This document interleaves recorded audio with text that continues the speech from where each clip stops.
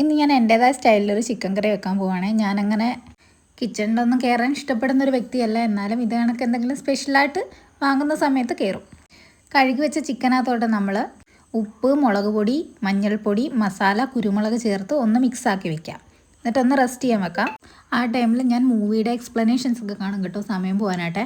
ചൂടായ പാനിലേക്ക് നമ്മൾ ആദ്യം കുറച്ച് വെളിച്ചെണ്ണ ഒഴിക്കുക. വെളിച്ചെണ്ണ ഒഴിച്ചിട്ട് നമ്മൾ ഈ മിക്സ് ചെയ്ത് മാറ്റി വെച്ചിരിക്കുന്ന ചിക്കൻ ജസ്റ്റ് ഒന്ന് ഫ്രൈ ചെയ്തെടുക്കുക. ഒരുപാട് ഡീപ്പ് ഫ്രൈ വേണ്ട, ഷാലോ ഫ്രൈ മതി. പിന്നെ അതെല്ലാം നമ്മൾ മാറ്റി വെച്ചിട്ട് ഈ ചിക്കൻ ഫ്രൈ ചെയ്ത ആ എണ്ണയ്ക്കകത്ത് തന്നെ നമ്മൾ ഇഞ്ചി വെളുത്തുള്ളി ചതച്ചതിട്ടൊന്ന് ഇളക്കി കൊടുക്കണം.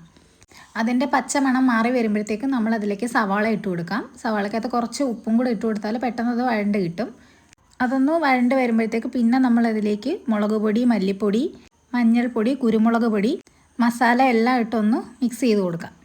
ഇതിലേക്ക് ഇട്ട ഈ പൊടികളുടെ എല്ലാം ഒരു പച്ച മണം മാറുമ്പോഴത്തേക്കും നമ്മൾ ഫ്രൈ ചെയ്ത് മാറ്റി വെച്ച ചിക്കൻ അതിലേക്ക് ഇട്ട് കൊടുക്കാം. പിന്നെ അതിലേക്ക് നമ്മൾ വെള്ളം ഒഴിക്കുമ്പോൾ ജസ്റ്റ് ഒന്ന് ചൂടാക്കിയ വെള്ളം ഒഴിക്കുന്നതായിരിക്കും ഒന്നുകൂടെ നല്ലത്. ഇനി ആ വെള്ളം നമുക്കതിലേക്ക് ഒഴിച്ചു കൊടുക്കാം. എന്നിട്ട് അതൊന്ന് മിക്സ് ആവുന്ന രീതിയിൽ നമുക്ക് ഇതെല്ലാം കൂടെ ഒന്ന് ഇളക്കി കൊടുക്കുക. ഒരുപാട് ഇളക്കണ്ട, ജസ്റ്റ് ആ മസാല എല്ലാം ഒന്ന് ഇതാവുന്ന വരെ. എന്നിട്ട് നമുക്കിത് ഒന്ന് അടച്ച് വെച്ച് വേവിക്കാം. പിന്നെ നമുക്കത് വെള്ളമൊക്കെ വറ്റി ഒന്ന് കുറുകി വരുന്ന രീതിയിൽ അപ്പോഴത്തേക്കൊന്ന് വെയിറ്റ് ചെയ്യാം. ഇത്രേ ഉള്ളൂ കേട്ടോ. ഇങ്ങനെയാണ് ഞാൻ ചിക്കൻ കറി വെക്കുന്നത്.